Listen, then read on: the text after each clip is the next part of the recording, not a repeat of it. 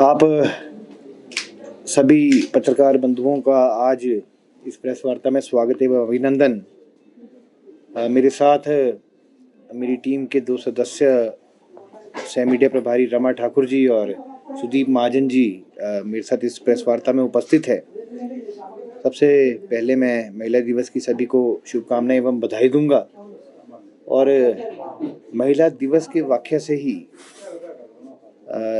एक कुप्रबंधन का एक इशू सामने आता है कि अभी तक जब से सरकार बनी है और 2 साल से ज़्यादा का समय सरकार को बने हो गया है और महिला आयोग का जो चेयरपर्सन है वो अभी तक नियुक्त नहीं कर पाई है। तो ये एक बहुत बड़ी विफलता है सरकार की। और महिला दिवस पर इस विफलता को याद करते हुए हम इस प्रेस वार्ता की जो है वो शुरुआत करेंगे। आज का विषय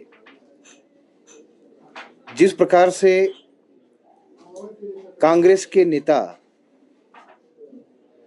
लगातार भारतीय जनता पार्टी के नेतृत्व पर टिप्पणी कर रहे हैं वो अति निंदनीय है। हाल ही में 6 और 7 तारीख को भारतीय जनता पार्टी के राष्ट्रीय अध्यक्ष एवं केंद्रीय मंत्री जगत प्रकाश नड्डा जी का दौरा बिलासपुर का रहा।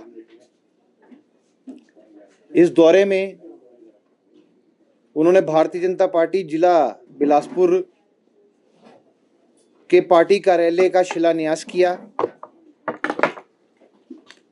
एक जनसभा को संबोधित किया और उसके रात उपरांत एम्स में करोड़ों रुपए की सौगात दी। शायद कांग्रेस के नेताओं के गले से जगत प्रकाश नड्डा जी का दौरा उतर नहीं रहा है।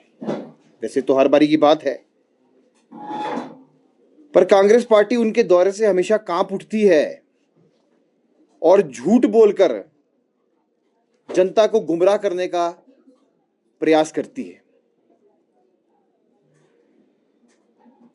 इनके मंत्री अनिरुद्ध जी एवं अर्की के, अब सीपीएस तो नहीं कहा जा सकता, पर हो सकता है कि किसी पद के वेटिंग में अवस्थी जी होंगे। पर जिस प्रकार से वो टिप्पणी कर रहे हैं वह झूठ बोलते हैं और वो टिप्पणी सत्य से परी होती है। जगत प्रकाश नड्डा जी के दौरे के बाद कांग्रेस पार्टी घबराई हुई दिखती है और उनके सभी दिग्गज नेता उनके दौरे से जो है वो चिंतित दिखाई देते हैं। हम कहना चाहेंगे कि जब से 2 साल से ये सरकार सत्ता में आई है तब से केवल मात्र रोने का ही काम ये सरकार कर रही है। उपलब्धियां तो दूर की बात है।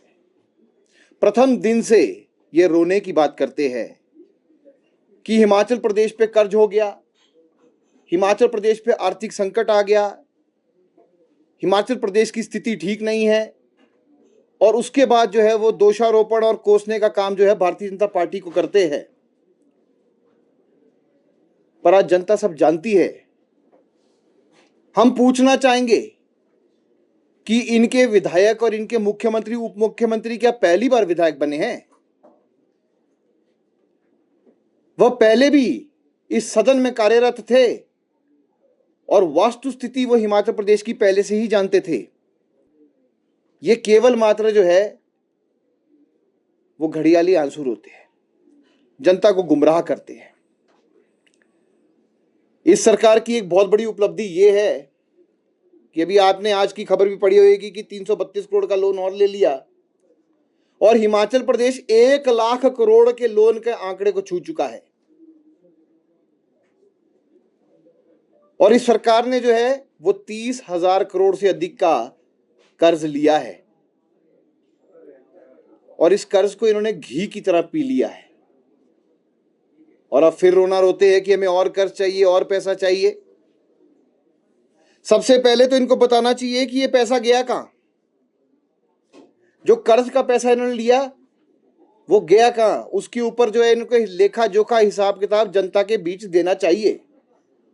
कर्ज भी आपने जनता को मद्देनजर रखते हुए लिया और जो आप खर्चा करते वो भी जनता के पैसे का ही करते हैं।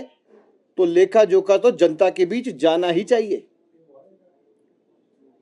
आप देखेंगे कि कर्ज तो ले लिया, पर ढेले का एक भी विकास जो है वो हिमाचल प्रदेश में नहीं हुआ। यहां तक कि हिमाचल प्रदेश में माननीय जयराम ठाकुर जी की सरकार में जितने भी विकास के कार्य शुरू हुए थे, जितनी भी जन कल्याणकारी योजनाएं शुरू हुई थी, या तो उन योजनाओं को रोक दिया गया, और विकास का तो आपको पता ही है कि बट्टा बैठ गया है। एक भी पत्थर विकास का जो है वो रखा नहीं जा रहा है, नींव ही नहीं रखी जा रही है। विकास नाम का शब्द जो है वो हिमाचल प्रदेश की धरती से खत्म हो गया है। केवल मात्र हिमाचल प्रदेश में सिर्फ एक ही शब्द चलता है, सुख की सरकार या सुख की योजनाएं, जिसके लिए वो पैसे मंदिरों से हेठने का प्रयास करते हैं। पर हिमाचल प्रदेश से सुख का आलम समाप्त हो गया है और दुख के घनघोर बादल छा गए हैं। नड्डा जी के ऊपर टिप्पणी करने वालों से मैं पूछना चाहूंगा, जगह जगह तो नाम आते हैं कि अवस्थी जी, राम कुमार जी और अन्य नेतागण कि आप ही के संरक्षण में हिमाचल प्रदेश में विभिन्न प्रकार के माफिया चल रहे हैं। बिलासपुर में गोलियां चलती है, हिमाचल प्रदेश में आज से पहले कभी हमने नहीं देखा था।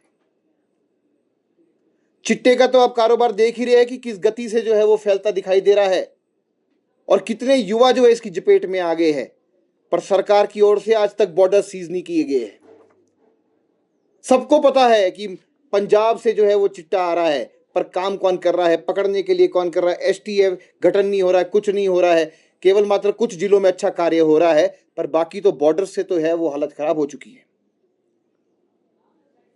जो इनके संरक्षण में माफिया चल रहा है उनके कुछ नाम है, जिस प्रकार से शराब माफिया, नशा माफिया, कबाड़ माफिया, भू माफिया, खनन माफिया, वन माफिया, जल माफिया, और हर प्रकार के माफिया ही माफिया सरकार के जो है संरक्षण में काम कर रहे हैं। कबाड़ माफिया की तो चर्चा तो बहुत है, और जिन लोगों ने अभी टिप्पणी करी है भारतीय जनता पार्टी पे, कबाड़ और डब्बा माफिया के साथ तो सीधे सीधे उनके ताल्लुकात जो है कई बार सामने निकल कर आए हैं। पर सरकार के संरक्षण में कई चीजें दबाने का प्रयास भी किया जाता है। आज की डेट में तो कई चीजें स्वतंत्र नहीं रही है।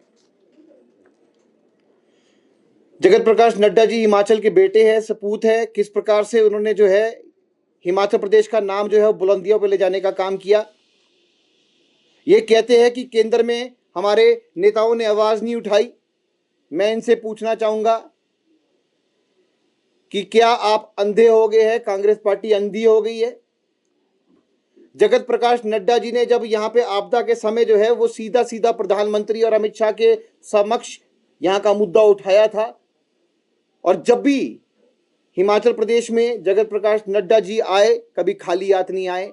कभी 150, 200, 300, 700 करोड़ लेकर आए, और कुल मिला के आपदा के समय जो है 3000 करोड़ जो है वो हिमाचल प्रदेश को दिया गया। शायद कांग्रेस पार्टी की आंखों पे पट्टी लगी है, दिखती नहीं है। हिमाचल प्रदेश में कांग्रेस के तो नेता केवल मात्र पॉलिटिकल टूरिस्ट बन के आते हैं, पर ये पॉलिटिकल टूरिस्ट करते कुछ नहीं है। और आपदा के समय तो वो पॉलिटिकल टूरिस्ट भी गायब थे। छड़ाबड़ा में जबून अपने घर पे रहने आए थे, पर उसके बाद उनके पास दौरा नहीं था कि समय पे ये कहीं जा पाए।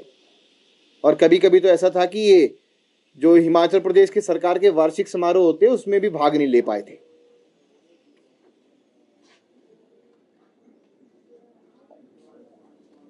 केंद्र योजनाओं के पैसे के माध्यम से किस प्रकार से ये धन को जो है वो घुमाने का काम करते हैं।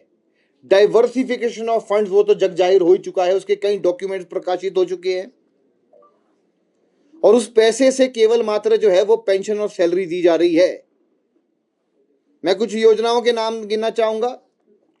प्रधानमंत्री ग्राम सड़क योजना, प्रधानमंत्री आवास योजना, प्रधानमंत्री आयुष्मान योजना, सर्व शिक्षा अभियान, स्टार, नगर इकाइयों के लिए पैसा, मातृवंदन योजना।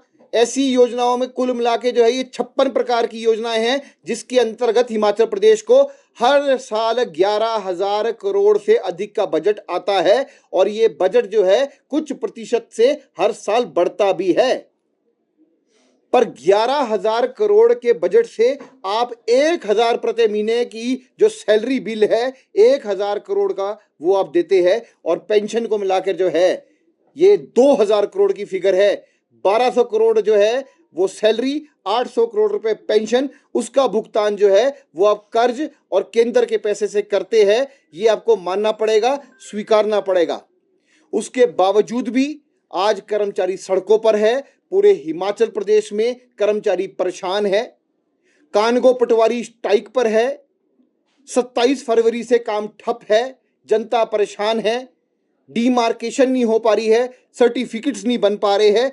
जनता जो है वो सर पर हाथ रख के जो है वो त्राही त्राही कर रही है, पर यह सरकार जो है कुछ नहीं कर रही है। अल्टीमेटम पे अल्टीमेटम इन सरकार को मिलता है, चाहे एचआरटीसी के कर्मचारी अल्टीमेटम देते हैं, कानगो पटवारी अल्टीमेटम देते हैं, और बाकी सब जो है ये तुगलकी फरमान का विरोध करते हैं। पेंशनर जो है अपना अधिकार मांगते हैं। मंत्रियों के जो है वो अपने स्वास्थ्य बिल अटकते नहीं है, उनके स्वास्थ्य बिल अटक जाते हैं। इस प्रकार की जो है ये कुप्रबंधन की सरकार हिमाचल प्रदेश में काम कर रही है। इनको मानना चाहिए कि विफलताएं तो आप में ही हैं, और अगर ये विफल और प्रदेश में विनाशकारी कांग्रेस का राज चल रहा है तो ये दोष जो है भारतीय जनता पार्टी को किस बात का दे रहे हैं, ये हम सवाल जो है कांग्रेस के नेताओं से पूछना चाहेंगे।